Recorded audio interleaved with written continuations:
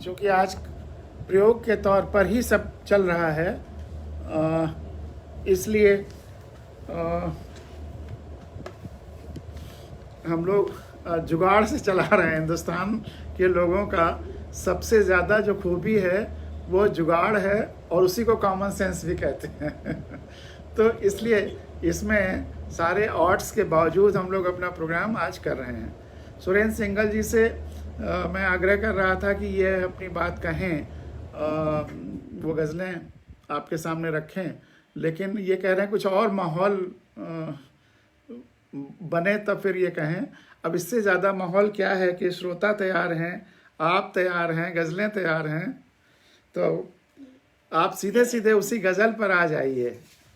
मेरी मेहनत तेरी मेहनत बीच में कोई न था, कोई बिचौलिया नहीं था, बस हम लोग एक दूसरे से जुड़े हुए थे और मेहनत कर रहे थे। जो गायत्री मंत्र का है कि अपनी अपनी बुद्धियों और शक्तियों का पूरा उपयोग कर रहे थे, हम भी कर रहे थे, तुम भी कर रहे थे।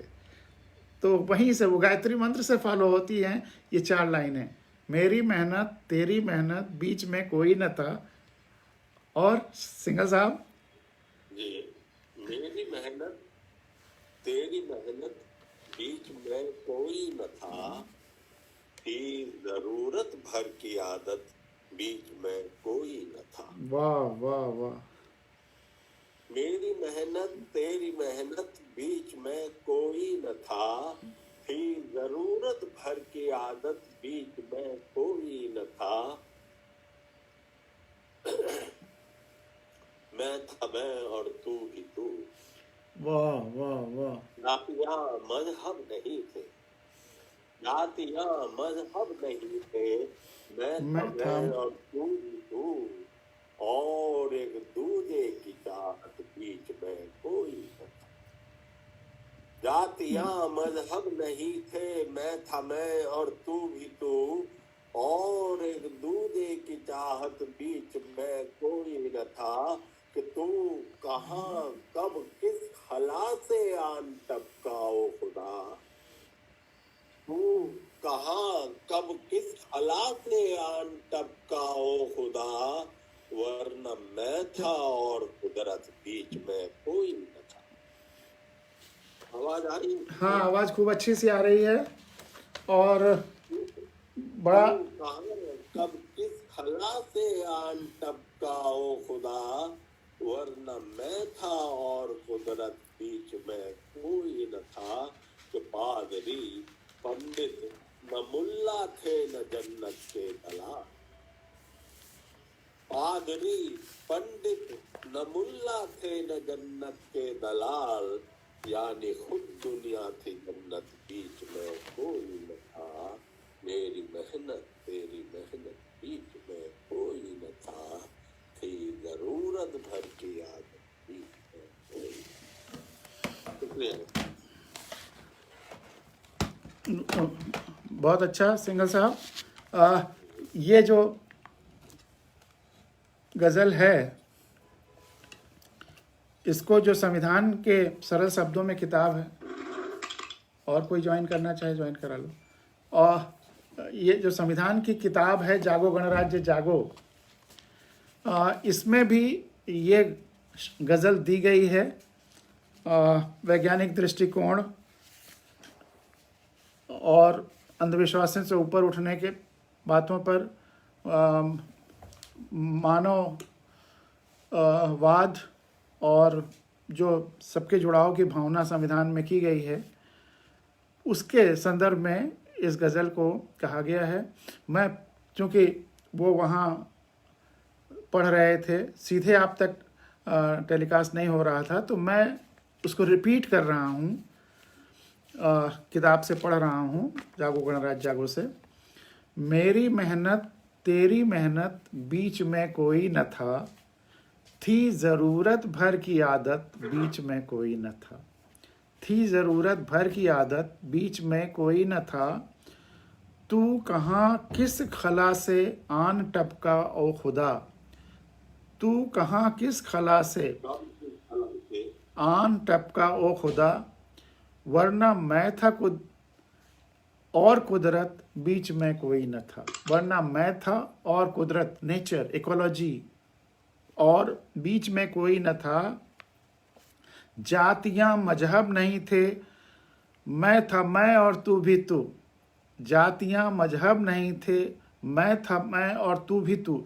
इस विराट सृष्टि के जो एक विराट जीवंत शरीर है और हम सब उसके जीवंत अंग हैं, तो मैं भी उसका एक अंग था और मैं भी उसका एक अंग हूं और तुम भी उसका एक अंग हो। और यही इसी रियलाइजेशन के लिए था शब्द का इस्तेमाल कर दिया गया है कि जात तो बस हम दोनों उसी के अंग हैं, फिर और जाति मजहब और क्या है। जातियां मजहब नहीं थे, मैं था मैं और तू भी तू, और एक दूजे की चाहत बीच में कोई न था। और एक दूजे की चाहत बीच में कोई न था। पादरी पंडित न मुल्ला थे न जन्नत के दलाल।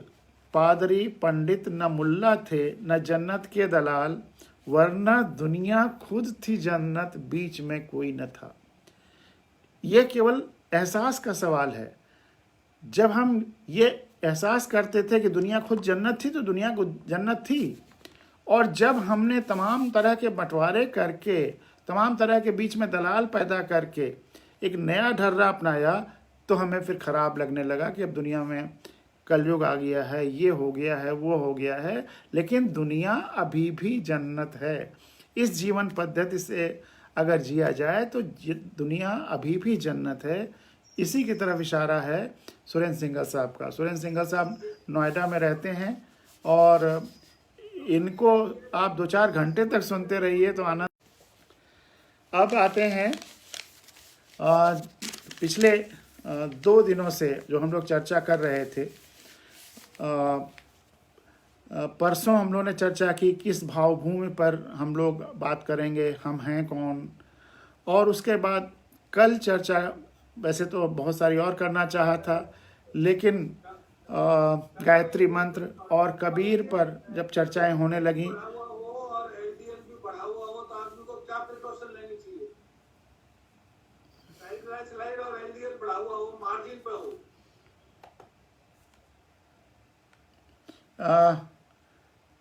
कौन सुरेंद्र शर्मा जी के प्रश्न कुछ पूछ रहे हैं?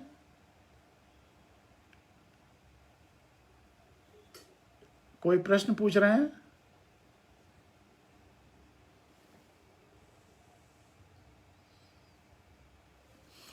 उधर से गूगल मीट से कुछ आवाज आ रही थी लेकिन स्पष्ट नहीं हो पाया। हाँ, तो इन्हीं बातों पर चर्चा हो रही थी। गायत्री मंत्र मेडिसिन भी प्रेस्क्राइब करते हैं, टोटल कोलेस्ट्रॉल भी बढ़ा हुआ हो, बीपी भी बढ़ा हुआ हो, एलडीएल भी बढ़ा हुआ हो, ब्लड प्रेशर एचडीएल कम होगा, तो कोई मेडिसिन प्रेस्क्राइब करते हैं सर?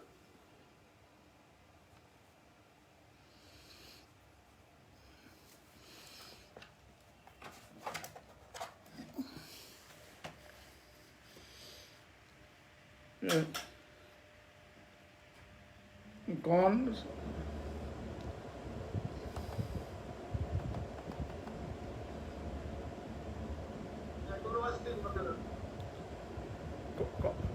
अभी सवाल मत पूछिए, अभी बात होने दीजिए।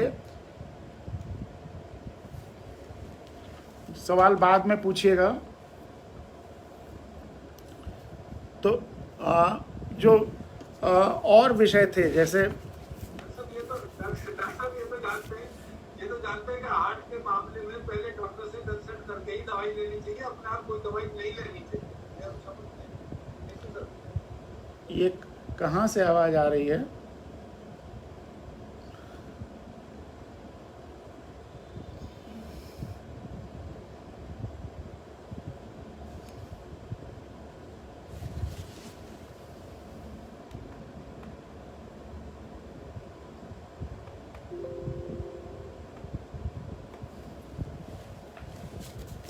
तो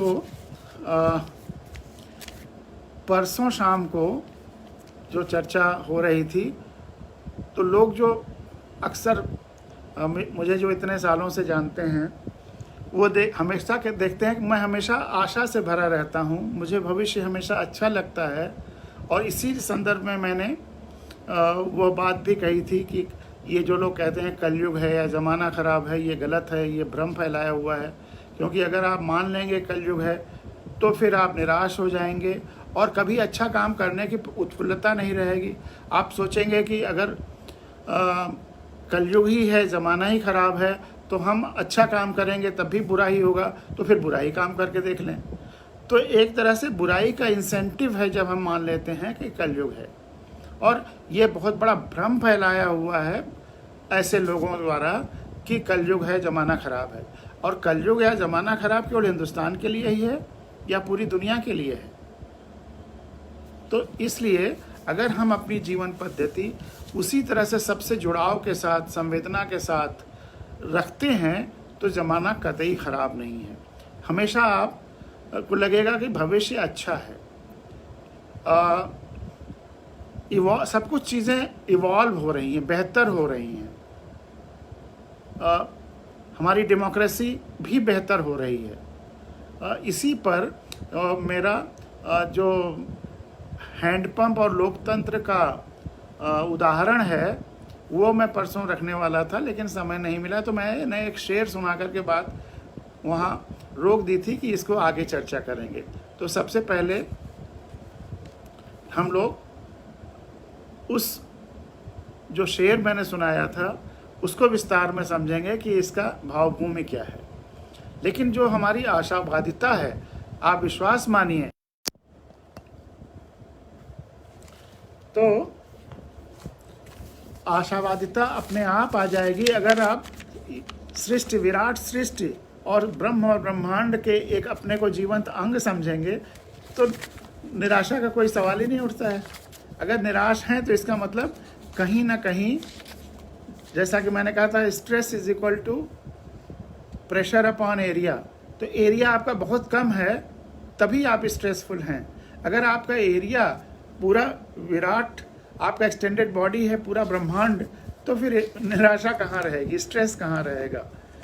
तो इसको और स्पष्ट करने के लिए लोग जब मुझसे ये सवाल पूछते थे आप इतने आशावादी क्यों हैं, तो उसके लिए मैंने 2 पद लिखे। वह पद सुना के फिर वह हैंडपंप और लोकतंत्र के सिद्धांत पर आते हैं। सुबह होने के पहले चिड़िया चहचहाती है। 4 बजे आप उठिए, देखिए चहचहाती हुई चिड़ियाँ ढेर सारी दिखाई देंगी। सुबह होने के पहले चिड़िया चहचहाती है, रोशनी की आहट घंटों पहले जनाती है।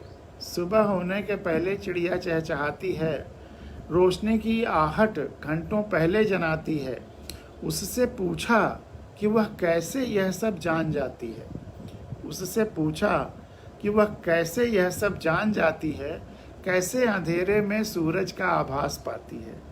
कैसे अंधेरे में सूरज का आभास पाती है। क्या कहे, क्या तर्क दे वह, बात बस इतनी। क्या कहे, क्या तर्क दे, बात बस इतनी। सूरज को भी अपना हिस्सा, अपना अंग बताती है। सूरज को भी अपना हिस्सा, अपना अंग बताती। जब संपूर्ण सृष्टि और संपूर्ण ब्रह्मांड से आप जुड़े हुए हैं तो सूरज भी आपका हिस्सा है। तो क्या कहे, क्या तर्क दे वह, बात बस इतनी। सूरज को भी अपना हिस्सा, अपना अंग बताती है। वह सहज है जो जब भी मन में आता बोल देती है। 4 बजे उठी, उसी समय चहचहाने का मन किया तो चहचहा दिया। वह सहज है जो जब भी मन में आता बोल देती है।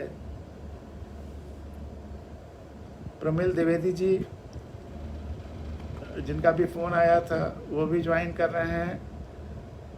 प्रमिल जी स्वागत है, नमस्कार नमस्कार, बहुत अच्छा है। और एक मैं क्यों आशावादी हूँ इसके लिए कविता सुना रहा था। आप अभी आए हैं तो इसलिए मैं इसको फिर से रिपीट कर दे रहा हूँ पूरा, आपको बहुत आनंद आएगा। प्रमिल जी मीडिया के बहुत अच्छे व्यक्ति हैं और बहुत सबकी मदद करते रहते हैं, बहुत संवेदनशील हैं और बहुत मेहनती हैं और बहुत सेंसिटिव पर्सन हैं, इसलिए हमको बहुत अच्छे लगते हैं। सुबह होने के पहले चिड़िया चहचहाती है। एक से ज़्यादा 2 पद हैं, एक से ज़्यादा सुना चुका था लेकिन आप आ गए तो फिर से मैं पूरा रिपीट कर रहा हूँ। सुबह होने के पहले चिड़िया चहचहाती है, रोशनी की आहट घंटों पहले जनाती है। उससे पूछा कि वह कैसे यह सब जान जाती है, कैसे अंधेरे में सूरज का आभास पाती है, कैसे अंधेरे में सूरज का आभास पाती है। क्या कहे क्या तर्क दे वह, बात बस इतनी। क्या कहे क्या तर्क दे वह, बात बस इतनी। सूरज को भी अपना हिस्सा, अपना अंग बताती है। वह सहज है जो जब भी मन में आता बोल देती है। वह सहज है जो जब भी मन में आता बोल देती है। मौन, संयम, भाषा या स्मृति का नहीं बोझा उठाती है। मौन, संयम, स्मृति या भाषा का नहीं बोझा उठाती है। वह सहज है जो जब भी मन में आता बोल देती है। सुबह होने के पहले चिड़िया चहचहाती है। तो मैं इसीलिए आशान्वित हूँ कि अच्छा होने वाला है। उस अच्छाई के, उस सुबह होने के इंतज़ार में हम लोगों को जो बेस्ट कर सकते हैं वो लगातार करते रहना है। अब आते हैं उस हैंडपंप वाली कहानी पर। हैंडपंप वाला वो जो वैज्ञानिक तथ्य के आधार पर है कि मुझे लगा कि किसी देश में संविधान बनाकर लोकतंत्र स्थापित कर देना और ज़मीन पर बोरिंग करके हैंडपंप लगाना, दोनों एक जैसी प्रक्रियाएं हैं, ज़मीन से जुड़ने की प्रक्रियाएं। लोकतंत्र में भी ज़मीन से, जनता से व्यवस्था जुड़ती है, वहीं से उभरती है, वहीं से आती है। व्यवस्था को वहीं से निकलना, पनपना है।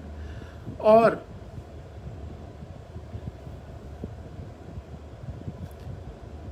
हैंडपंप में भी पानी ज़मीन से आना है। तो ज़मीन से जुड़ने की ये दोनों प्रक्रियाएं हैं। तो सबसे पहले जब हम बोरिंग करके हैंडपंप लगा देते हैं तो सबसे पहले क्या करते हैं, ऊपर से पानी डालते जाते हैं और हैंडपंप चलाते जाते हैं। जैसे जैसे हैंडपंप चलाते जाते हैं और धीरे धीरे कुछ देर चलाने के बाद ज़मीन से पकड़ लेता है जब पानी जो, तो सबसे पहले कैसा पानी आता है, गंदा, मटमैला, रेतीला। लेकिन फिर आप चलाते रहिए, बहुत देर तक चलाते रहिए, तो एक ऐसा समय आता है कि जब साफ पानी के ट्रेसेस आने लगते हैं और चलाते रहिए तो साफ पानी आने लगता है। तो यह प्रक्रिया हैंडपंप लगाने में होती है। और जब हम संविधान बनाकर लोकतंत्र की व्यवस्था ले आते हैं तो सबसे पहले ऊपर से साफ पानी डालने की बात है। तो फ्रीडम स्ट्रगल, स्वतंत्रता आंदोलन से जुड़े हुए जो भी लोग हैं वो ऊपर से सिस्टम में धीरे धीरे आ जाते हैं साफ पानी की तरह से, और उन्हीं से सिस्टम चालू होता है। लेकिन जब हिंदुस्तान के परिप्रेक्ष्य में अगर हम 47 में इंडिपेंडेंट हुए, तो जब तक उन लोगों का जीवन रहा, शेष रहा फ्रीडम स्ट्रगल के लोगों का, अगर उस समय एवरेज एज 40 साल मानी जाए तो 30 साल 25 साल और वो जीवित रहे, तो करीब 70, 72, 75 तक, 70 के दशक तक उनका वर्चस्व रहा, वही रिपीट होते रहे सिस्टम में। लेकिन जब उनकी फसल ख़त्म हो गई, जब ज़मीन से पानी आना शुरू हुआ, तो सबसे पहले कैसा पानी आया, नेचुरल तरीके से, गंदा, मटमैला, रेतीला। जितने शेड्स के गंदे पॉलिटिशियंस या लीडर्स हो सकते थे, मैं ये नहीं कहता कि सब खराब थे, लेकिन जितने तरह के हो सकते थे उस तरह के लोग अधिकांश आए। और ये प्रक्रिया, तमाम सारे ऐसे फैक्टर्स हैं जो मैंने अपने novel win win win the orphan way में एक्सप्लेन किया है कि तमाम ऐसे फैक्टर्स की वजह से 2020-25 तक साफ पानी के ट्रेसेस आने शुरू हो जाएंगे। और अगले 10-15 सालों में हिंदुस्तान की डेमोक्रेसी में और 40-50 के दशक में जो देश के करीब 150 से ज़्यादा, दुनिया के 150 से ज़्यादा देश आज़ाद हुए, उन सब में ये पर्जिंग होगी और डेमोक्रेसीज बेहतर हो जाएंगी, लोकतंत्र बेहतर हो जाएगा। और अगर हम कोशिश करेंगे तो बेहतर तरीके से थोड़ा जल्दी हो जाएगा। अगर हम कोशिश ना भी करें तो तमाम सारे कारण हैं जिसकी वजह से अब डेमोक्रेसीज को बेहतर होना ही है, उनकी पर्जिंग होना ही, उनकी शुद्धिकरण होना ही है, साफ पानी आना ही है।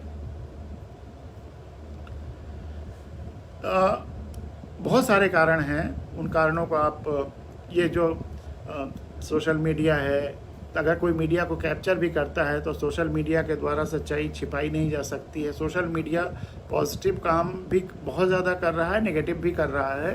तो ये तो माध्यम, हर माध्यम का पॉजिटिव नेगेटिव इस्तेमाल हो सकता है। जो वैज्ञानिक और प्रगति है, लोगों की मानसिकता जो बदल रही है, हर पीढ़ी अपने पिछली पीढ़ी से ज़्यादा खुली हुई और जुड़ी हुई चारों तरफ से है, अंधविश्वासों से मुक्त होती जाती है, बहुत सारे इस तरह के इज्म से मुक्त होती जाती है। तो ये चीज़ें धीरे धीरे इवॉल्व हो रही हैं और जो विश्व का कनेक्टिविटी है, हम सारे विश्व को देख रहे हैं, तो अब वो कंपैरिजन, कनेक्टिविटी, बहुत सारे कारण हैं, राइट टू इन्फॉर्मेशन और बहुत सारे और नए नए जो परिवर्तन पूरी दुनिया में आ रहे हैं, तो वो सब जिसकी वजह से ये परिवर्तन आएगा ही आएगा। तमाम सारे फिल्टर्स आ चुके हैं और तमाम सारे और फिल्टर्स आने बाकी हैं। तो ये सब देवेंद्र मोदी जी नमस्कार कर रहे हैं आप सबको, सारे लोगों को। तो आप सबकी तरफ से देवेंद्र मोदी जी को भी नमस्कार।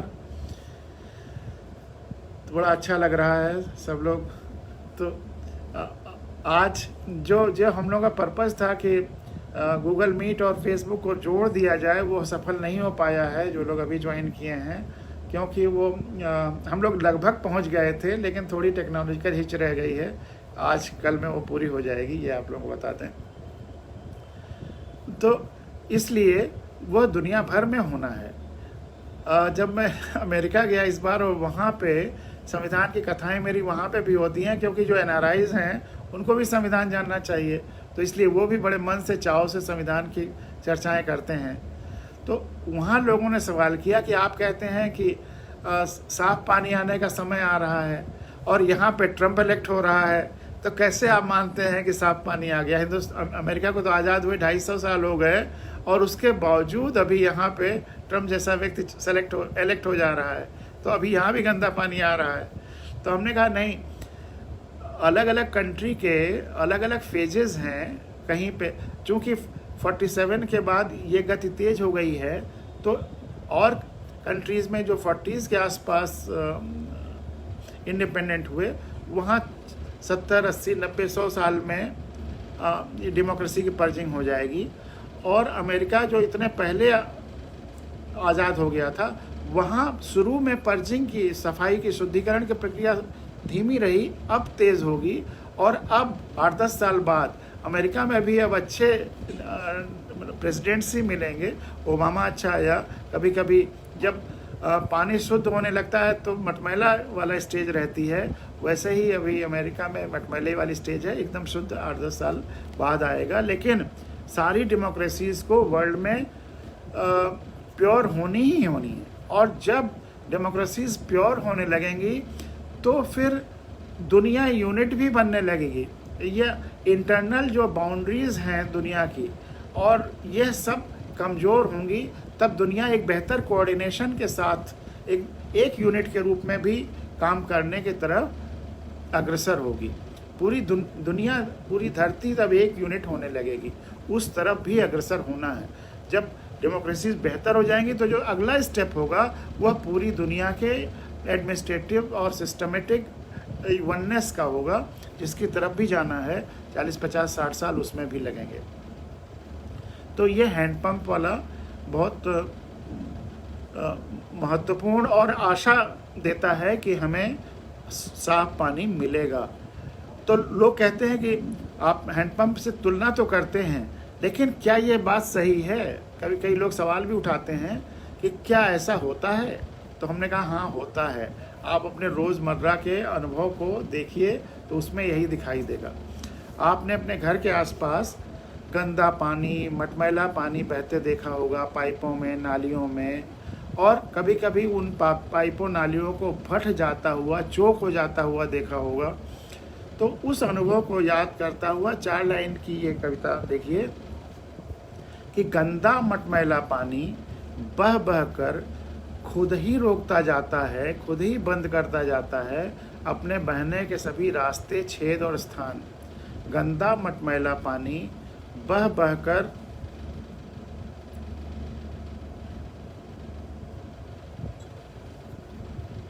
गंदा मटमैला पानी बह बह कर खुद ही रोकता जाता है, बंद करता जाता है अपने बहने के सभी रास्ते, छेद और स्थान। साफ पानी रास्ता बनाता है, साफ पानी रास्ता बनाता है। तो ये जो गंदे लोग आए पॉलिटिक्स में और जो लीडरशिप की क्राइसिस रही, वो गंदे लोग धीरे धीरे आ करके अपने आप अपने आने का रास्ता बंद कर रहे हैं और साफ पानी के लिए रास्ता बना रहे हैं। साफ पानी रास्ता रोकता नहीं है, रास्ता बनाता है। तो ये जो साइंटिफिक प्रोसेसेस हैं, ऐसा नहीं कि समाज का विज्ञान और ये विज्ञान अलग अलग हैं, दोनों जुड़े हुए हैं। जो फिजिक्स में है वही सोशियोलॉजी में है, वही साइकोलॉजी में है। सब एक दूसरे से इंटरकनेक्टेड हैं क्योंकि पूरी सृष्टि ही इंटरकनेक्टेड है। अब जिस चीज़ की आज मैं चर्चा करना चाह रहा था, हमारे संविधान जानने के फायदे और चमत्कार, उस पर चर्चा पे आते हैं। तो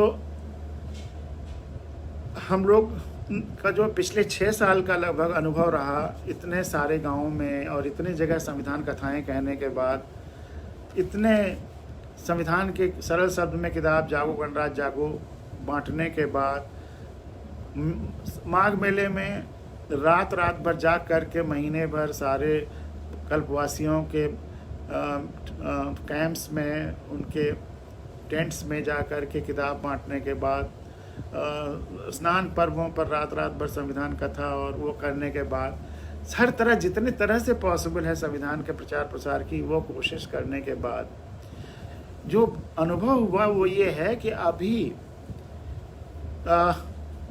2 सवाल हम लोग जा कर के सबसे पहले, जहाँ जब संविधान कथा कहते हैं तो सबसे पहले पूछते हैं। पहला, हम लोगों के आने के पहले, संविधान कथा के बारे में, संविधान बताने के पहले आप में से कितने लोगों ने संविधान का नाम सुना था? तो बहुत कम लोग ऐसे हैं जिन्होंने संविधान का नाम सुना है था हम लोगों के आने के पहले। गाँव में विशेष रूप से, शहरों में परसेंटेज ज़्यादा है, लेकिन गाँव में तो नाम ही नहीं सुना। और दूसरा सवाल जो पूछते थे कि ये बताइए कि देश का मालिक कौन है, सत्ता किसके पास है? तो डीएम, सीएम या पीएम के अलावा और कोई उत्तर नहीं मिलता। मतलब 100% लोग डीएम, सीएम, पीएम का नाम लेते हैं, कोई व्यक्ति ने कहा ही नहीं कि हम मालिक हैं, जनता मालिक है। तो ये हालत है इस देश में आज आज़ादी के इतने सालों बाद हमारे जनता की जागरूकता का और संवैधानिक जागरूकता का। ये तो ऐसे ही हुआ कि अगर आपके पास कोई प्रॉपर्टी है और अगर आपके पास आपको उस प्रॉपर्टी का नाम भी आपने नहीं सुना है, उस प्रॉपर्टी पर आपका कब्जा भी नहीं है, उसका दस्तावेज भी आपके पास नहीं है, दस्तावेज का नाम भी आपने नहीं सुना है, दस्तावेज कहीं है कि नहीं है, कि प्रॉपर्टी का नाम से नहीं सुना है तो दस्तावेज का भी नाम नहीं सुना है, वो आपके पास है भी नहीं, तो फिर आपकी उस प्रॉपर्टी का कौन इस्तेमाल कर रहा है? कोई भी इस्तेमाल कर सकता है। वही हालत हुई है कि जो वो दस्तावेज, वह जो प्रॉपर्टी है, वह है इस देश की मालकियत, देश की सत्ता। देश की सत्ता जनता के पास है, लेकिन जनता को मालूम नहीं है। और चूँकि जनता नहीं जानती कि ये प्रॉपर्टी उसकी है, और इसीलिए, और या वो ये भी नहीं जानती कि इस प्रॉपर्टी के मालिक वो है, तो इसलिए तमाम और लोग उस पर कब्जा किए जा रहे हैं। और दस्तावेज कौन सा है जो मालकियत उसको देता है, उसके नाम करता है? वह है भारत का संविधान। भारत के संविधान ने देश को प्रभुत्व संपन्न गणराज्य, जनता का राज्य बनाया, लोकतंत्र बनाया, यानी कि अब सारी व्यवस्थाएं जनता से उभरेंगी, वह तंत्र जनता से आएगा, लेकिन राज्य जनता का होगा। गणराज्य और गणतंत्र बनाया।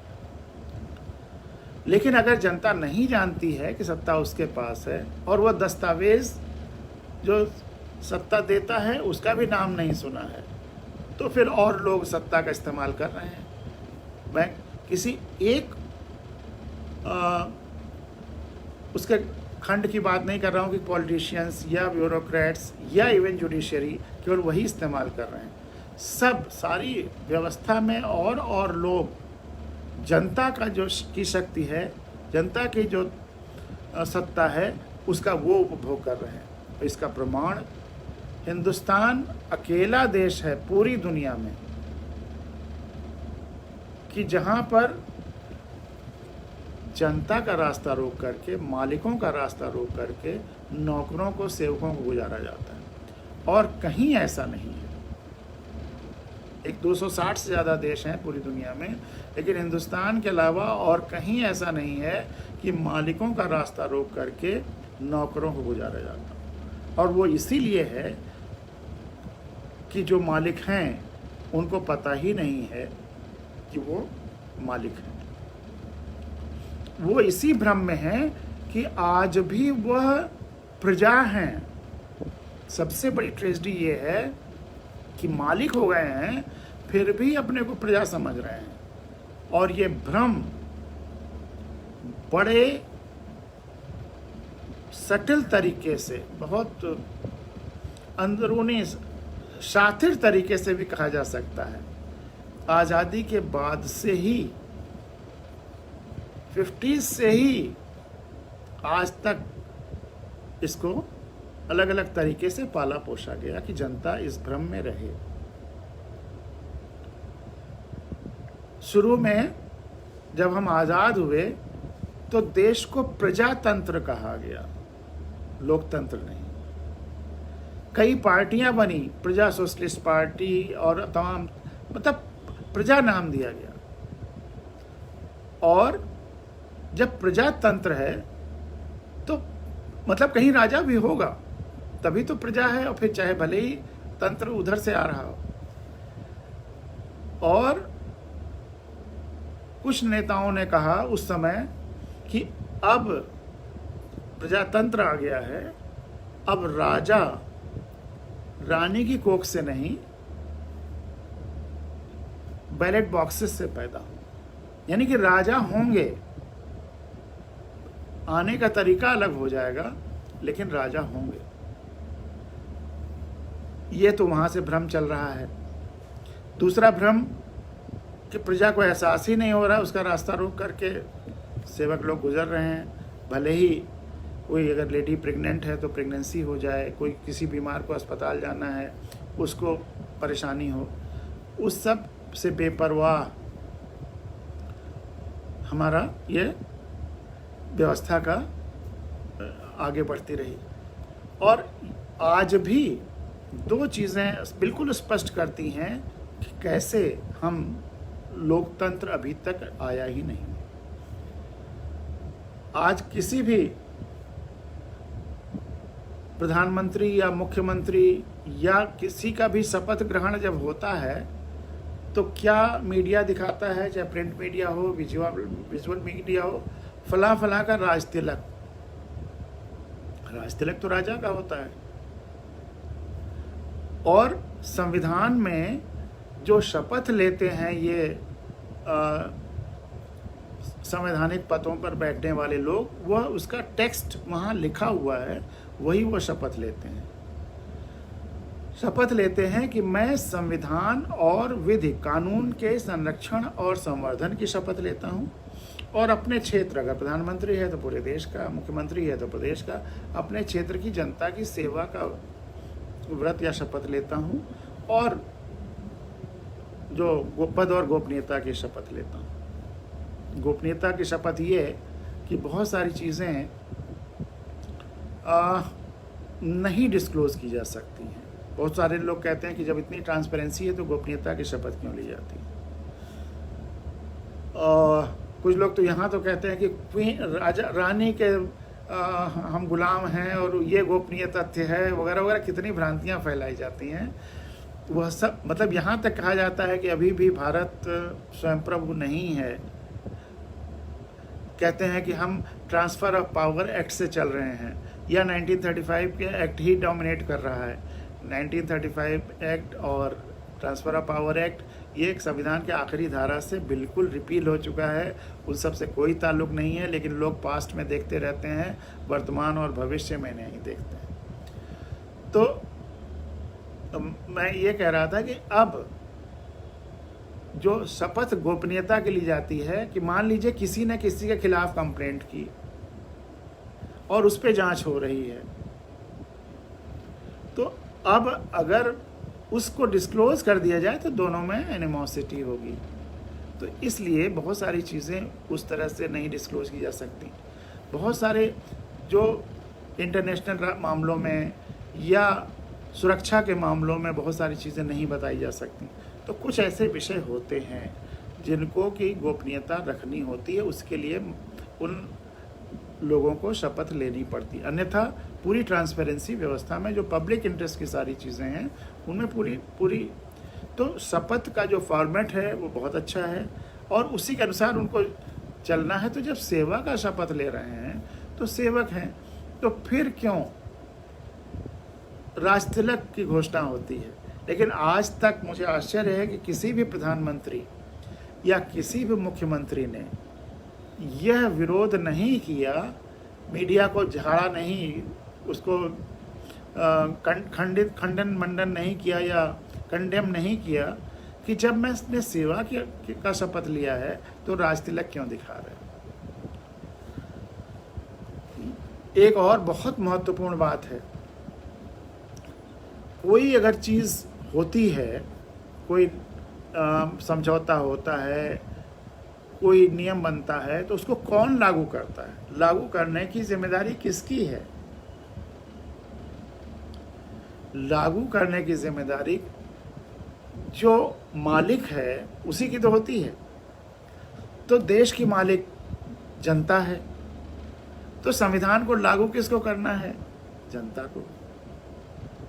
और जब जनता जानती ही नहीं कि संविधान नाम की कोई चीज़ है, हम सत्ता हमारे पास है, हमको संविधान लागू करना है, तो फिर संविधान लागू ही नहीं हुआ। मैं तो कहता हूं कि अभी तक इस देश में संविधान लागू ही नहीं हुआ। संविधान लागू तब होगा जब 130 करोड़ लोग इस देश के सब संविधान जान लेंगे। तो अभी तक हम यहाँ संविधान नहीं लागू हुआ, तो फिर देश की स्थिति क्या है, देश कैसे चल रहा है जब संविधान लागू ही नहीं हुआ। तो फिर संविधान के पहले कर्तव्य, फर्स्ट फंडामेंटल ड्यूटी पे जाइए। एक चीज़ बड़ा स्पष्ट है, इस देश में कोई भी कानून, कोई भी नियम, कोई भी कोड तभी चल सकता है जब संविधान उसका या तो संविधान में लिखा हो या संविधान उसको अप्रूव करता हो। बिल्कुल क्लियर है। बहुत सारे लोग कहते हैं कि आईपीसी 1800 कुछ की लिखी हुई है, वह आज चल रही है। ये कैसे चल रही जब संविधान बन गया अपना? संविधान ने उसको अप्रूव किया है, इसलिए चल रहा है। जब संविधान सभा में संविधान बन के तैयार हुआ तो उसके बाद जितने एक्ट्स, कोड्स चल रहे थे उस समय, सबको एक एक करके देखा गया और जिसको जिसको अप्रूव किया गया वह चलता रहा। क्योंकि लोग कहते हैं तब अपना इंडियन पेनल कोड उस समय क्यों नहीं बन गया? संविधान बनाने में ही 3 साल लगे, इतनी मेहनत से संविधान बना। अगर उस समय पेनल कोड भी बना डालते, इनकम टैक्स एक्ट भी नया बना डालते, 1922 का था, वगैरह वगैरह ढेर सारे बनाने लगते, तो संविधान बनाने में ही 10-15 साल लग जाते। व्यवस्था को चलाना भी था, तो इसलिए संविधान बना लिया गया। उसमें परिवर्तन की, नियमों, कानूनों और संविधान में भी परिवर्तन की सारी चीज़ें डाल दी गई कि यथा समय जब जैसे जैसे बनता जाएगा वह परिवर्तन होता जाएगा। इनकम टैक्स एक्ट जो 1922 का चल रहा था, 1961 में आकर के नया इनकम टैक्स बना और वह लागू हुआ। उसी तरह से आईपीसी, सीआरपीसी जो भले उस समय बने थे, उनमें बाद में धीरे धीरे करके संशोधन हो सकता था और हो रहा है। नया भी बन सकता है कल को कोई सरकार जब यह परिवर्तन चाहेगी तो उसको कर लेगी, ऐसा उसमें कोई बाधा है नहीं। उस समय नहीं बन सकता था इसलिए नहीं बना। लेकिन यहाँ पर एक बड़ी महत्वपूर्ण बात भी है जो विचारणीय है। लोग कहते हैं कि आईपीसी उस समय का है, लेकिन आईपीसी कैसे बना था? लॉर्ड मैकॉले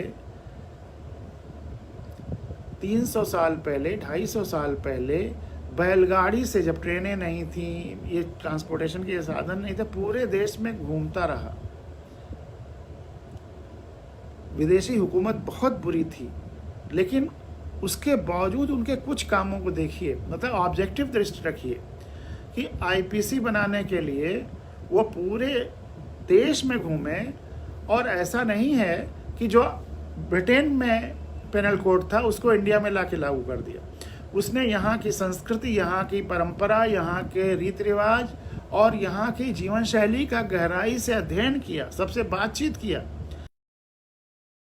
आईपीसी में वो प्रोविजंस डाले जो यहाँ के संस्कारों के साथ हैं। होमोसेक्सुअलिटी को, एक्स्ट्रा मैरिटल एफर्ट्स को, इन चीज़ों, मतलब दाम्पत्य के बाहर के जो सेक्स की बातें हैं, इन सब को उन्होंने पेनलाइज करके क्राइम माना। आज की हमारी सुप्रीम कोर्ट, ये मान्यवर लोग जो कर रहे हैं, उनसे थोड़ा सा क्षमा याचना के साथ, हमारी हिंदू और सनातन संस्कृति से यह जो होमोसेक्सुअलिटी और इन सब चीज़ों को लीगलाइज करने की बात हो रही है, यह हमारी परंपराओं से मेल नहीं खाती। आईपीसी को सारे धर्मों को देखते हुए आईपीसी में होमोसेक्सुअलिटी और एक्स्ट्रा मैरिटल अफेयर्स को क्राइम माना गया। आज हमारी सरकारें और हमारे लोग उन चीज़ों को, जो हमारे जो जॉइंट हिंदू परिवार है, जो हमारा Hindu system, joint family system है, उस पे खतरे उत्पन्न हो जाते हैं जब हम ऐसी चीज़ों को लीगलाइज करने लगते हैं, जिसको कि उस समय आईपीसी में क्राइम माना गया था।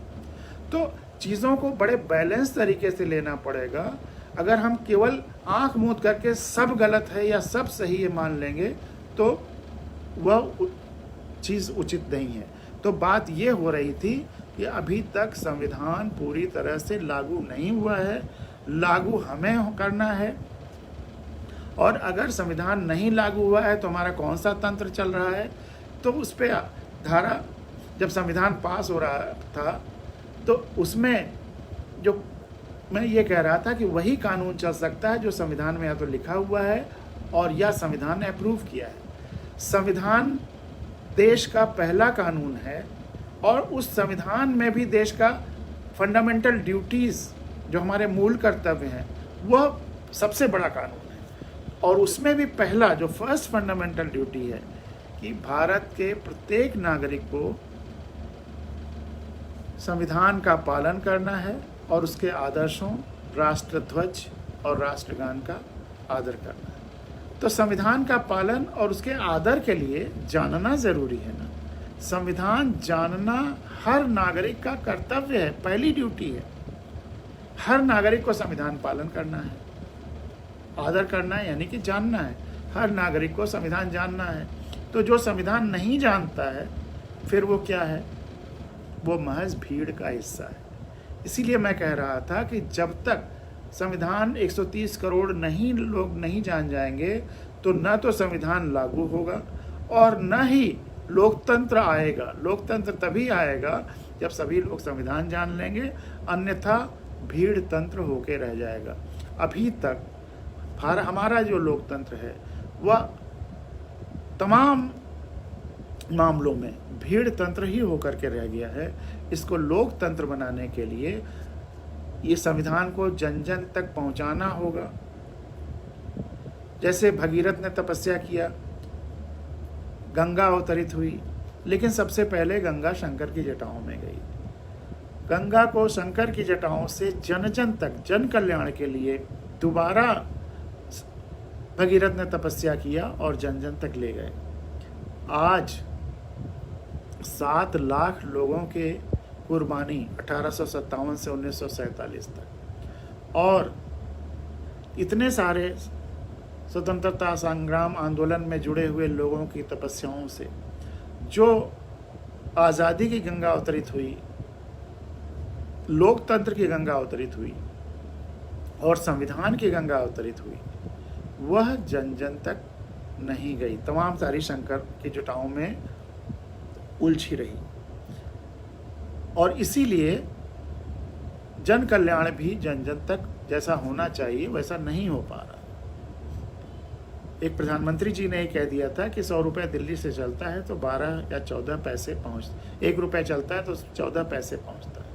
ये इसीलिए कि अभी संविधान की गंगा जन जन तक नहीं गई। जिस दिन लोग अपने को मालिक समझने लगेंगे तो 100 का 100 वहीं, फिर वहीं पे 100 रहेगा और कहीं नहीं जाएगा।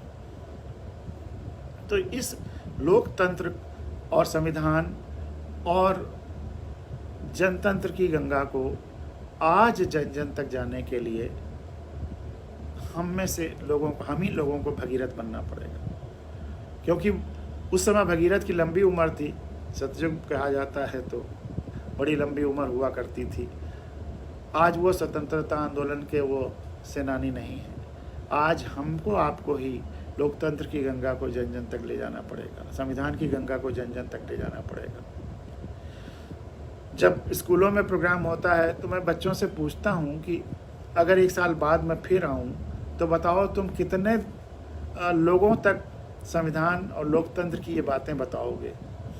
लोग बच्चे अलग अलग जवाब देते हैं, लेकिन गोरखपुर की एक कॉलेज में जहाँ ढेर सारी लड़कियाँ थीं, 4-5 हज़ार, उसमें से एक लड़की ने कहा कि मैं 1100 लोगों को संविधान बताऊंगी।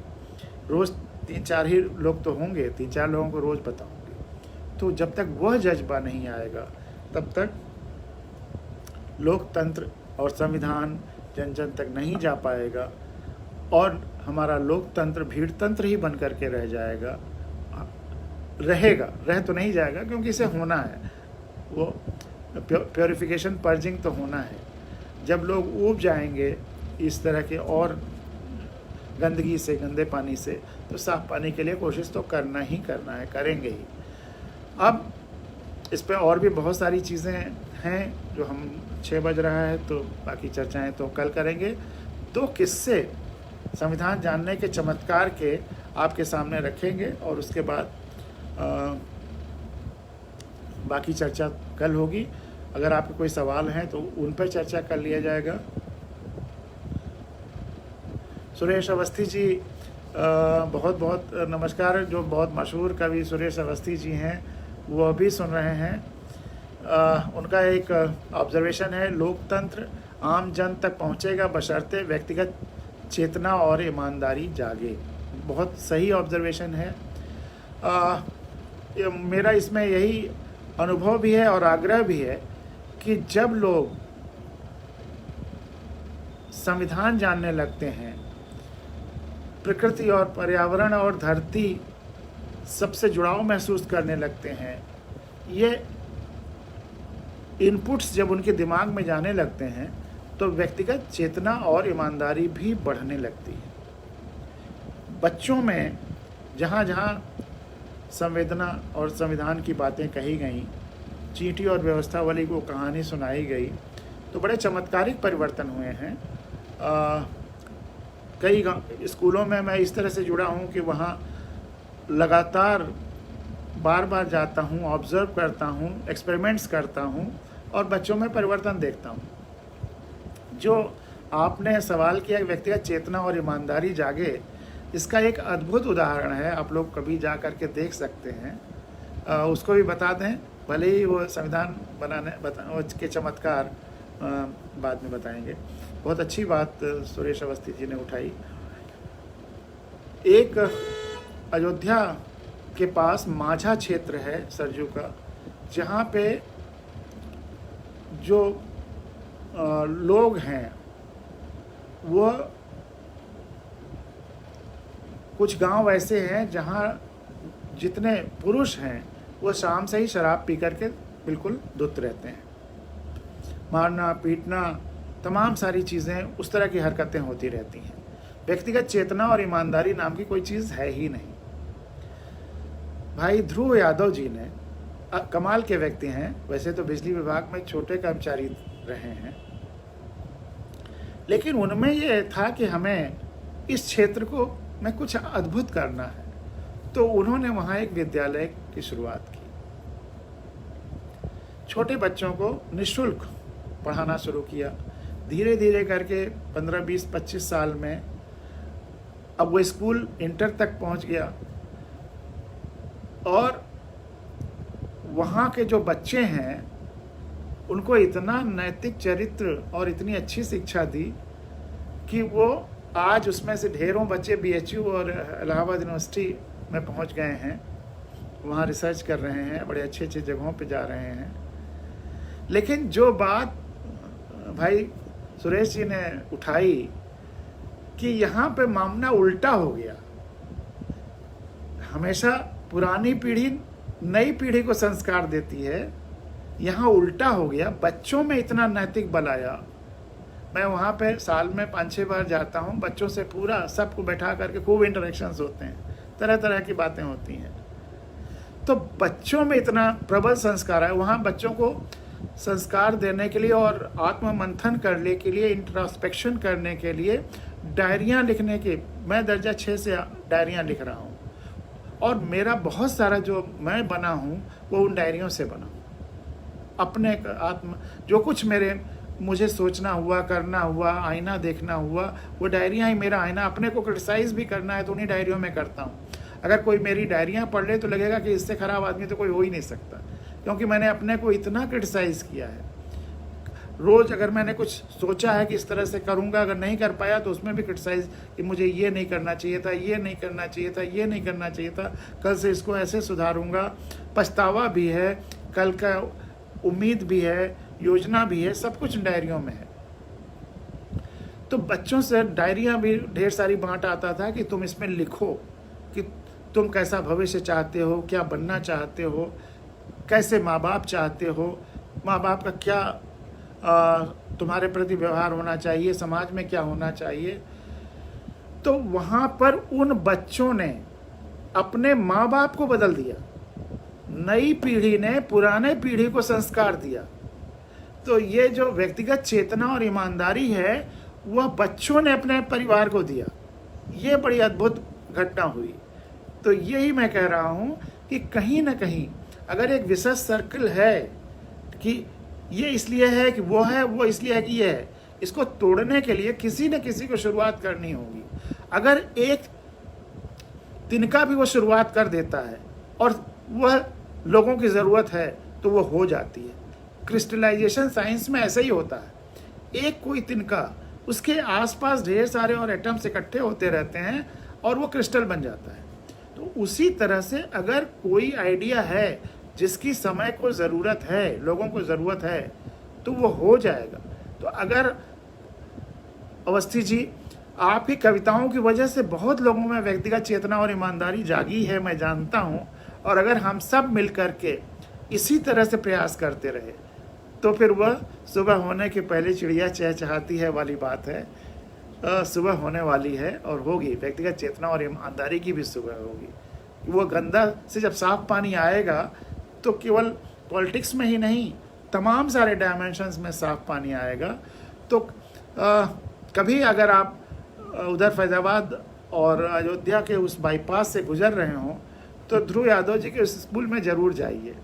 अद्भुत है, मतलब हिंदुस्तान में एक यूनिक चीज़ है।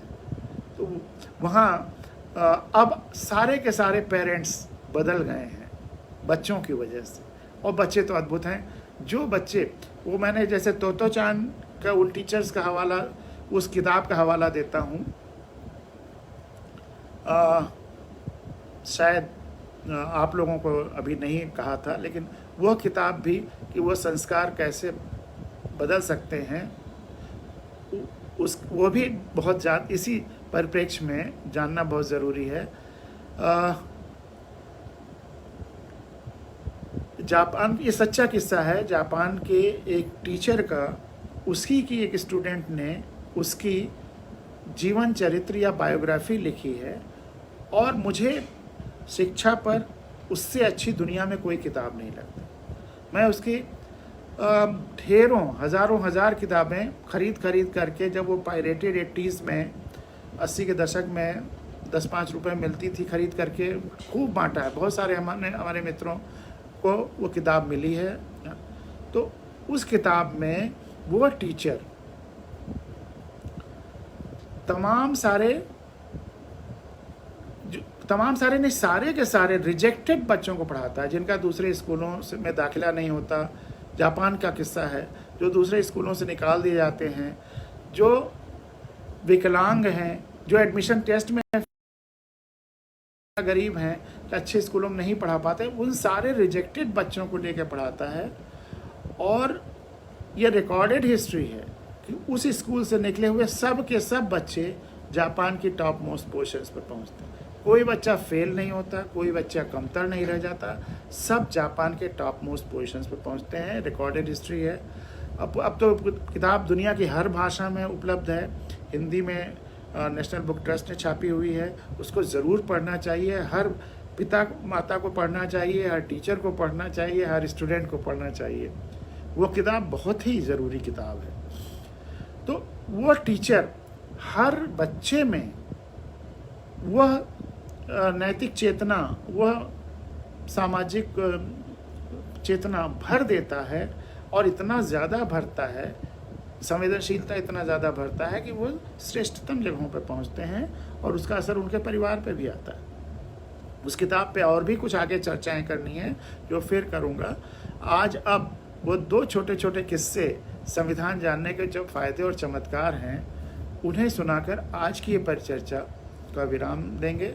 बाकी कल होगा, कल और बेहतर तरीके से होगा। आज हम लोग उस टेक्नोलॉजी की तरह से में उलझे रहे, और जो चल भी ठीक से नहीं पाया, लेकिन उसकी वजह से इन प्रोग्रामों को भी 2-4 मिनट के डिस्टर्बेंस हुआ, और भी दिक्कतें रही। लेकिन वो संक्षेप में वो 2 चीज़ें बता करके, 2 अनुभव बता करके, बहुत महत्वपूर्ण अनुभव हैं, अपनी बात। श्री प्रकाश सिंह जी पूछ रहे हैं कि किताब का नाम है क्या है? तोतो चान, TOTTOCHAN। हिंदी में ता, तो, आधा ता, फिर तो ता पे ओ की मात्रा तो, और चान, चा, और आप चाक पे आ की मात्रा, और ना, तो चान किताब का नाम है। नेट पे भी मिल जाएगा, लेकिन अद्भुत किताब है। उससे अच्छी किताब शिक्षा से जुड़ी है ही नहीं दुनिया में। तो मैं अब वो 2 अनुभव, एक छोटा सा अनुभव यहीं लखनऊ रेलवे स्टेशन के पास का है, 2-3 साल पहले का। बहुत छोटा है, और दूसरा बहुत महत्वपूर्ण है। और दूसरा इसलिए बाद में कह रहा हूँ कि उससे जुड़ी एक और बात कहना है। यहीं रेलवे स्टेशन पे हमारी बेटी की मदर इन लॉ आई हुई थी, उनको छोड़ने स्टेशन गया। उनके घुटने में बहुत तकलीफ़ थी, चलने फिरने में।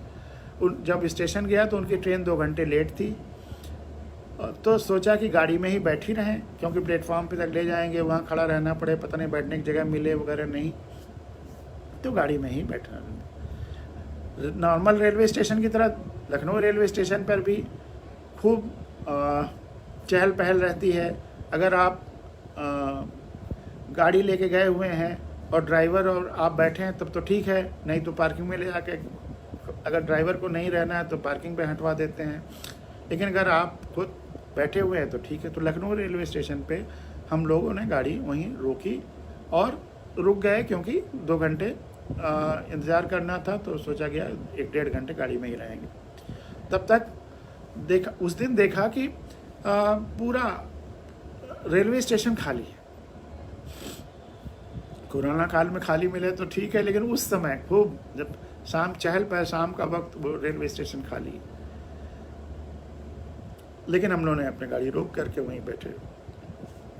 तो एक पुलिस वाला, और ये भी है कि थोड़ी थोड़ी देर पर ढेर सारे पुलिस वाले खड़े हैं। कोई आता है तो पुलिस वाले भगा भी रहे हैं। तो हम लोगों के पास भी एक पुलिस वाला आया, उसने कहा कि साहब गाड़ी यहाँ मत खड़ी करिए। तो ड्राइवर से कहा, तो हमने उसको अपने पास बुला लिया, पीछे बैठा हुआ था। हमने कहा कि क्यों, अक्सर ऐसा हम लोग तो आते ही रहते हैं किसी छोड़ने के लिए, अगर ट्रेन लेट हुई तो गाड़ी में बैठे रहते हैं उतनी देर। तो कहा नहीं आज नहीं। और हमने कहा कि ये बेटी की मदर इन लॉ है और ये पैर में तकलीफ़ है, इनको थोड़ी देर बैठने दीजिए जब तक गाड़ी अनाउंस ना हो जाए आने का। तो कहा आज नहीं, आज एमपी साहब अभी आने वाले हैं। तो हमने कहा एमपी साहब आने वाले हैं तो उससे बाकी लोगों का क्या मतलब, क्यों हटा रहे हैं? तो कहा कि एमपी साहब आने वाले हैं इसलिए आदेश है कि इसको क्लियर करके रखा जाए पूरा। जरा एक गिलास पानी दे दो। एमपी साहब आने वाले हैं तो इसलिए इसको क्लियर कर दिया जाए, करके रखा जाए। तो हमने कहा संविधान पढ़ा है? तो चौंका। तो हम अपनी गाड़ी में संविधान की किताब सरल वाली रखते ही हैं, जागो बन रहा जागो। तो हमने उसको निकाला, हमने कहा ये देखो ये संविधान की किताब है, इसको पढ़ लो। और इसमें है कि गणराज्य है, प्रेम्बल में लिखा हुआ है कि हम भारत के लोग भारत को एक गणराज्य बना रहे हैं। तो गणराज्य मतलब जनता का राज्य, लोकतंत्र मतलब जनता का तंत्र, व्यवस्था जनता के द्वारा। तो जब गणराज्य जनता का राज्य है, मालिक जनता है और वो सेवक हैं, तो सेवक आ रहे हैं तो मालिकों को क्यों भगा रहे हो? तो चौंका, उसने इस एंगल से सोचा ही नहीं था। तो हमने कहा ये किताब तुम रख लो, आराम से पढ़ते रहना। तो फिर मैंने कहा कि हमारे प्रधानमंत्री ने कहा कि हम प्रधान सेवक हैं, तो अगर ये प्रधान सेवक हैं तो बाकी लोग सेवक हैं, तो सेवक के आने से क्यों मालिकों को हटा भगा रहे हो? एक किताब मैंने उसको दे दिया। हमने कहा और 8-10 लोग जो यहाँ खड़े हैं तुम्हारे रोकने के लिए, उनको भी दे दो। तो मुस्करा के चला गया, फिर हमको नहीं रोका। और उस पर इतना असर हुआ, और लोगों ने भी ये देखा कि बाकी लोगों ने भी मना करना बंद कर दिया। और घंटे 1.5 घंटे जब लोग रहे तो 2 घंटे बाद तक पूरा जो है चहल पहल जैसा और दिनों में रहती थी वैसी आ गई। तो कहीं ना कहीं अगर दिमाग में इनपुट डाला जाए तो चेतना आती है, परिवर्तन होता है। अब सुरेश जी से यही इसीलिए आग्रह कर रहा हूँ कि जब उस तरह की बातें बार बार कही जाएंगी, वो क्या है, न रस्सी आवत जाते सिल पर परत निशान, तो मन में असर होता है। बार बार कहने से, बार बार हांट करने से आदमी सोचना शुरू करता है, तो वो हो रहा है। लेकिन अब दूसरा जो अनुभव है वो बड़ा मज़ेदार है और वो असली चमत्कार है, वो संविधान जानने का ही चमत्कार है। जब संविधान की कथाएं कहने निकलते हैं कॉलेजेस में, स्कूलों में कहते हैं, तो ढेर सारी किताबें स्कूल के बच्चों को बांट देते हैं, खास करके गाँव के, और अलग अलग गांव इस तरह से बांटते हैं कि हर गांव में आसपास की किताबें पहुंच जाएं, जिन जिन स्कूलों से, जिन जिन गांवों से बच्चे स्कूल में आते हैं। तो नौगढ़ ज़िले के एक रिमोट एरिया के एक इंटर कॉलेज में संविधान कथा हुई थी, वहाँ से वो किताबें गांव-गांव गईं। तो एक दिन एक फ़ोन आया, अच्छा हमारी किताबों पे वो फ़ोन नंबर लिखे हुए हैं। तो एक दिन एक फ़ोन आया कि क्या आप गिरीश पांडे जी बोल रहे हैं? मैंने कहा कि वो आपकी एक किताब जागो गणराज्य जागो हमें मिली है, हमने पढ़ी है, बहुत अच्छी है, लेकिन हमारे गांव की एक समस्या है, क्या संविधान में कोई उसका हल है या आप उसका कोई हल बता सकते हैं? तो हमने कहा कि आपको किताब कैसे मिली? तो कहा कि वो फला फला गांव में, फला स्कूल में आप आए थे, वहाँ से हमारे गांव के बच्चे पढ़ते हैं, वो ले आए थे, हम लोगों ने पढ़ी है, तो इसीलिए वो समस्या। तो हमने कहा अच्छा बताइए समस्या क्या है? तो उन्होंने कहा समस्या ये है कि हमारे गांव का जो कोटेदार है, जो पब्लिक डिस्ट्रीब्यूशन सिस्टम का इंचार्ज है, वह सारा अनाज ब्लैक कर देता है। तो हम लोगों को बड़ी परेशानी होती है। बहुत थोड़े कुछ लोगों को कुछ दिनों तक देता है, उसके बाद बाकी सब देना बंद करके ब्लैक कर देता है, दिखावे के लिए देता है। तो हमने कहा कि अब 73वें संविधान संशोधन के बाद, ये बड़ी महत्वपूर्ण बात है कि 73वें संविधान संशोधन के बाद 1993-94 से अब, जैसे पहले केंद्र सरकार और राज्य सरकार 2 सरकारें थी, अब 3 तरह की सरकारें हो गई हैं। केंद्र सरकार, राज्य सरकार और स्थानीय निकाय की सरकारें। गांव पंचायतें अब एक सरकार हैं और उनको 29 विषय दे दिए गए हैं संविधान द्वारा। जैसे पहले central list, state list, concurrent list, वैसे अब एक इनकी लिस्ट हो गई है। 29 विषय गांव पंचायतों को दे दिए गए हैं। तो हमने कहा कि पब्लिक डिस्ट्रीब्यूशन सिस्टम संविधान के हिसाब से प्रधान का जिम्मेदारी है, तो आप जा कर के प्रधान से शिकायत करिए कि वो उसको हटाए। तो उन्होंने कहा कि नहीं, हम लोग क्या प्रधान से शिकायत करें, शिकायत किया कुछ हुआ नहीं, क्योंकि वो उन्हीं का भतीजा है प्रधान का। तो हमने कहा कोई बात नहीं है। अगर आपने किताब पढ़ी है तो उसमें 73वें संविधान संशोधन के बाद जो प्रदेशों के पंचायती राज अधिनियम हैं, उसमें यह परिवर्तन आ गया है। उत्तर प्रदेश पंचायती राज अधिनियम के उन धाराओं को मैंने उस किताब में लिखा है, जिसमें अगर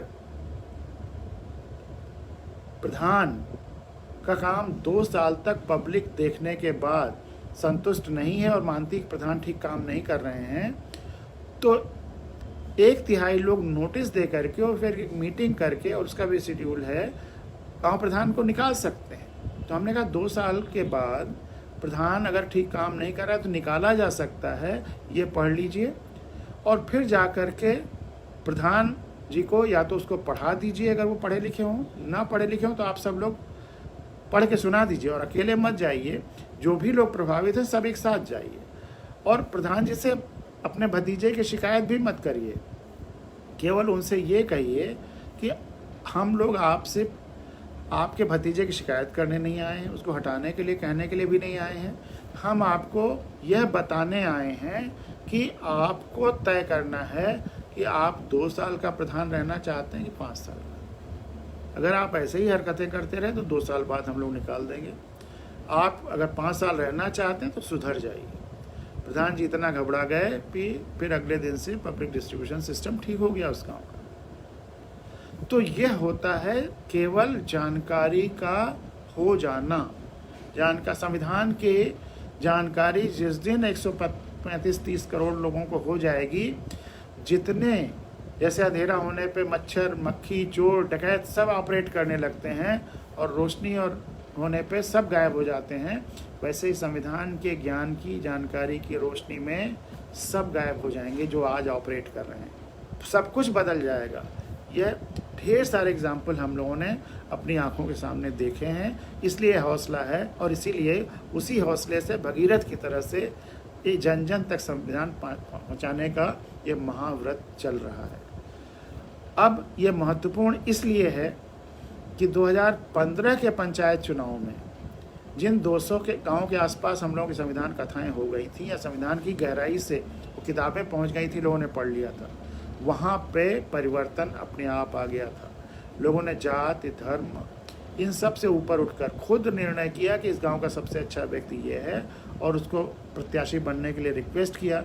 वो मना कर रहा है कि हमारा जाति धर्म का इतना इक्वेशन नहीं है, और 70-80 लाख रुपए प्रधानी के इलेक्शन में खर्च होते हैं, हम कैसे खर्च करें। लोगों ने कहा कि जब हमें वोट देना है, हमने तय कर लिया है, तो तुम क्यों सोचते हो। और वही हुआ। तो वह जो माइक्रो लेवल पे 200 गाँव के आसपास हुआ था, 60,000 के आसपास हमारी गांव सभाएं हैं। अगर उत्तर प्रदेश के 2020 के पंचायत चुनाव में हर गांव तक ये मैसेज पहुंच जाए कि जब संविधान पास हो रहा था तो राजेंद्र बाबू और अंबेडकर जी दोनों ने कहा था कि जब तक अच्छे चरित्रवान, ईमानदार, संवेदनशील लोग चुनकर नहीं आएंगे, ये अच्छा संविधान भी लोगों को खुशहाल नहीं कर पाएगा। और जिस दिन अच्छे प्रधान चुनने जाने लगे तो एक चीज़ इस देश से ख़त्म हो जाएगी, किसानों की आत्महत्याएं, जो सबसे दुखद और काला पहलू है इस देश का। जो लोग फांसी के फंदे पे झूल रहे थे, या आज़ादी के लिए गोली खा रहे थे, कभी नहीं सोचा था कि आज़ाद हिंदुस्तान में किसानों को आत्महत्याएं करनी पड़ेगी। और अगर प्रधान उस गांव का अच्छा हो गया तो किसान आत्महत्या करने में मजबूर नहीं होगा। इसलिए ये बहुत ज़रूरी काम है कि इसको हम लोग 60,000 गाँव तक किसी न किसी रूप में, हमसे कोई मतलब नहीं कि कौन प्रधान चुना जाए, लेकिन कैसे प्रधान चुना जाए ये गांव वालों को मोटिवेट कर देना है। और ये हुआ है, हो सकता है 200 में उस समय हुआ, 60,000 में इस 2020 में हो सकता है। सरकारें नहीं करेंगी, क्योंकि सरकारें आज लाखों करोड़ों जो खर्च करके चुनाव जीते हैं या 80 लाख जो खर्च करके प्रधान बना है, वो कभी नहीं चाहेगा व्यवस्था बदले। वो मेरी गज़ल का शेर है कि खरपतवार फसलों से भी बड़े हो गए हैं, व्यवस्था में हुई अभी ठीक से निराई नहीं है। और खरपतवार क्यों चाहेंगे कि हम ख़त्म हो जाएं और फसलें आ जाएं? तो वो नहीं चाहेंगे, वो ये चीज़ें नहीं जाना देना चाहते हैं कि जनता जान ले कि सत्ता उसके पास है। कैसे कैसे इसका मतलब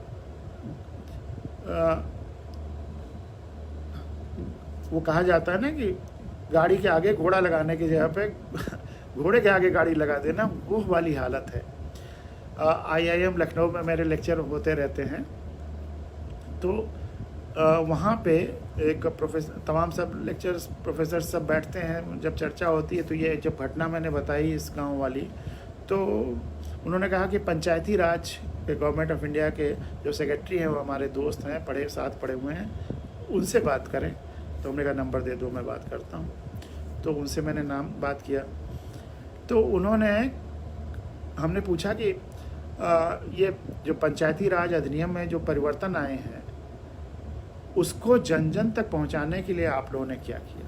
तो उन्होंने कहा कि पंडित जी, हम लोग स्टेट गवर्नमेंट्स को फंड्स दे देते हैं। तो हमने स्टेट गवर्नमेंट के जो पंचायती राज के डायरेक्टर थे उनसे पूछा कि अगर सेंटर आपको फंड देता है पंचायती राज अधिनियम की सारी बातों को जन जन तक बताने के लिए, तो आप लोग क्या करते हैं?